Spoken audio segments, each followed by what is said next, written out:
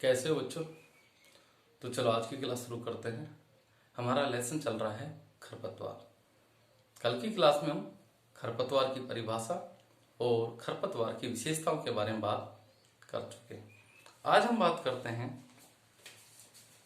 खरपतवार का वर्गीकरण।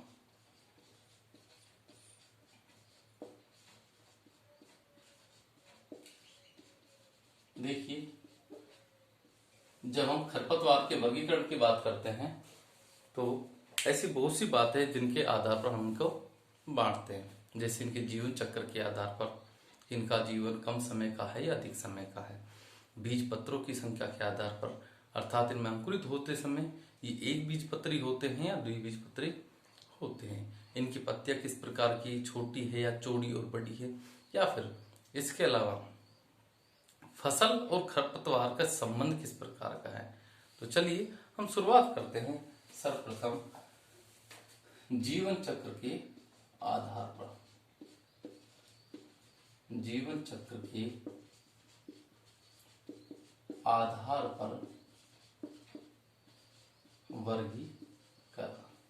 देखिए, जीवन चक्र के आधार पर वर्गीकरण की जब हम बात करते हैं तो मुख्य रूप से हम इन्हें तीन भागों में बांटते हैं, जिनमें सबसे पहला आता है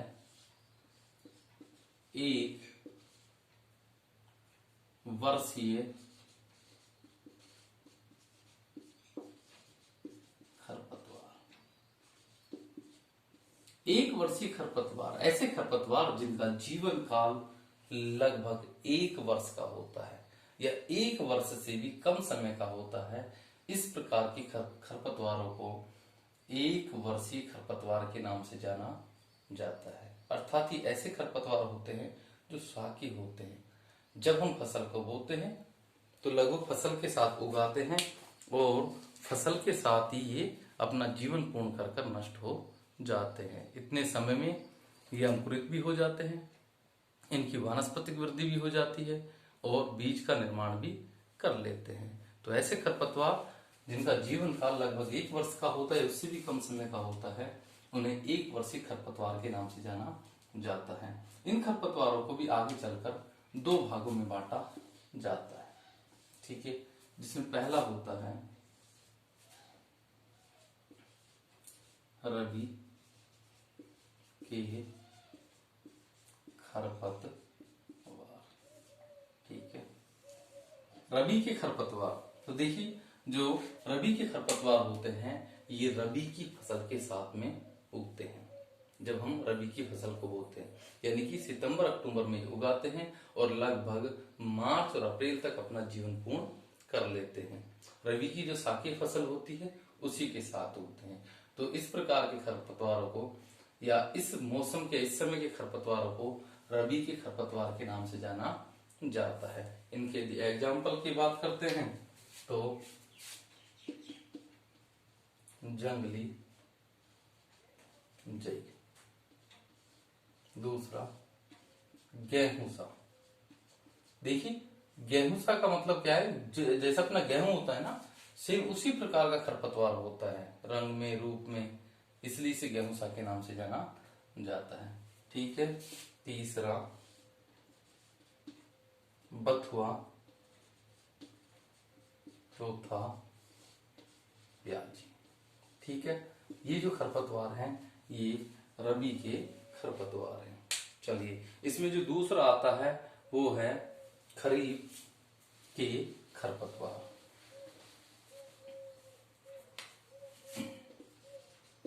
खरीफ के खरपतवार, सिंपल सी बात है, ये वाली जो खरपतवार होती है ये खरीफ की फसल के साथ में उगती है और उसी के साथ अपना जीवन पूर्ण कर लेती है। इसके एग्जाम्पल की बात करते हैं तो जंगली चौलाई, दूसरा पत्थर चट्टा, ठीक है, और लहसुआ, ठीक है। ये खरीफ के खरपतवार है, ठीक है। चलिए, ये तो बात हुई एक वर्षीय खरपतवार की। अब हम बात करते हैं द्विवर्षीय खरपतवार की। अब सिंपल सी बात है कि ऐसे खरपतवार जिनका जीवन काल लगभग 2 वर्ष का होता है उन्हें द्विवर्षीय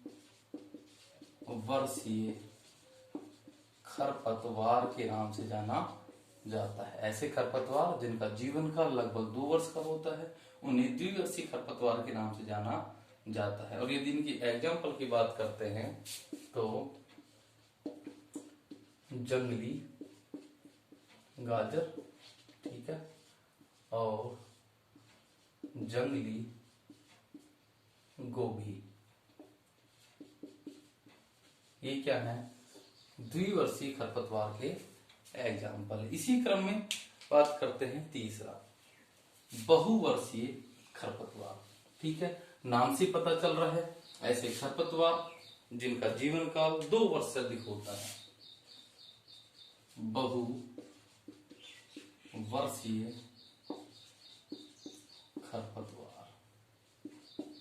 ठीक है, ऐसे खरपतवार जिनका जीवन काल 2 वर्ष से अधिक होता है, ऐसे खरपतवारों को बहुवर्षीय खरपतवार के नाम से जाना जाता है। लेकिन जो बहुवर्षीय खरपतवार है इन्हें भी आगे चलकर 2 भागों में बांटा जाता है। एक होता है काष्ठीय खरपतवार। देखिए, काष्ठीय खरपतवार का मतलब यहाँ पर निकलता है कि ऐसे खरपतवार जिनमें काष्ठ अर्थात लकड़ी पाई जाती है, इनके जो तने होते हैं वो कठोर होते हैं और इसलिए ही इन्हें काष्ठीय खरपतवार के नाम से जाना जाता है। ठीक है, जिसका एग्जाम्पल है झरबेरी। झरबेरी का सबसे अच्छा एग्जाम्पल ये खरपतवार होता है, साथ में अधिक समय तक उगा रहने की वजह से इसकी जो काष्ठ है, इसकी जो तना है वो मोटी हो जाती है और इसलिए इसे काष्ठीय खरपतवार के नाम से जाना जाता है। ठीक है, इसमें दूसरा आता है शाकीय खरपतवार। शाकीय खरपतवार, ठीक है, नाम से पता चल रहा है जो शाकीय खरपतवार होते हैं वो एक शाख के होते हैं। एक शाख के मतलब जैसे अपन साग की फसल उठाते हैं, 6 महीने की फसल उठाते हैं, वो शाकीय खरपतवार कहलाते हैं। इसके एग्जाम्पल की यदि हम बात करते हैं तो देखिए मोथा, ठीक है, हिरणखुरी और अमरवीर, इसके क्या है एग्जाम्पल है। ठीक है, तो चलिए ये तो हुई बात किसकी, जीवन चक्र के आधार पर वर्गीकरण। अब हम बात करते हैं नेक्स्ट, बीज पत्र की संख्या के आधार पर खरपतवारों का वर्गीकरण। बीज पत्र की संख्या के आधार पर का मतलब मैंने बता दिया कि जिस समय ये अंकुरित होते हैं, जब इनका अंकुरण होता है इनके बीजों का, तो उस समय अंकुरित होते समय इनमें पत्रों की यानी पत्तियों की संख्या 1 निकल रही है या 2 निकल रही है। जैसे गेहूं में अंकुरित होते समय बीज पत्र की संख्या 1 होती है, पत्ती की संख्या 1 निकलती है। लेकिन हम जैसे दलहनी फसलों की बात करते हैं, चना है, तिलहनों की फसलों की बात करते हैं, सरसों, जब ये अंकुरित होते हैं तो अंकुरित होते समय इनमें एक साथ 2 पत्तियां निकलती है, इसलिए इन्हें द्विबीजपत्री के नाम से जाना जाता है। तो बीज पत्र की संख्या के आधार पर, बीज पत्रों की संख्या के आधार पर, ठीक है, सिंपल सा है। बीज पत्रों की संख्या के आधार पर जो खरपतवार होते हैं वो 2 प्रकार के होते हैं। ठीक है, पहला होता है एक बीज पत्री खरपतवार। ठीक है, एक बीज पत्री खरपतवार के एग्जाम्पल की बात करते हैं तो जैसे कि दूब घास, केवल एक ही पत्ती निकलती है, कांस, ठीक है, गेहूं सा, प्याजी, ये ऐसे खरपतवार है जिनके अंकुरण के समय इनसे केवल एक ही पत्ती निकलती है, इसलिए इन्हें एक बीज पत्री खरपतवार के नाम से जाना जाता है। ठीक है, दूसरा द्विबीज पत्री खरपतवार। द्विबीजपत्री खरपतवार यानी कि इनके अंकुरण, जब इनके बीज अंकुरित होते हैं तो अंकुरित होते समय इनमें एक साथ दो पत्र निकलते, दो पत्तियां निकलती है, इसलिए इन्हें द्विबीजपत्री खरपतवार के नाम से जाना जाता है। ठीक है, चलिए इसके एग्जाम्पल की यदि हम बात करते हैं तो जंगली चौलाई, ठीक है, मकोय, बथुआ, सत्यानाशी। ठीक है, ये इसके एग्जाम्पल है। द्विबीजपत्री के एग्जाम्पल कौन से हैं? अब देखिए इस बात का अपन को ध्यान रखना है कि हम जब खरपतवार की बात करेंगे तो ये जो हमने लगभग अब तक बताया है, ये सारी की सारी खरपतवार बार बार इन्हीं के एग्जाम्पल बार बार आने वाले हैं। ठीक है, क्योंकि एक ही खरपतवार में एक से अधिक गुण पाए जा रहे हैं। ठीक है, दूब घास है, घास है, ठीक है, गेहूंसा। अब देखिए गेहूंसा की यदि बात करें तो ये एक बीजपत्री भी होता है, साथ में ये रबी की फसल का भी क्या है, खरपतवार है।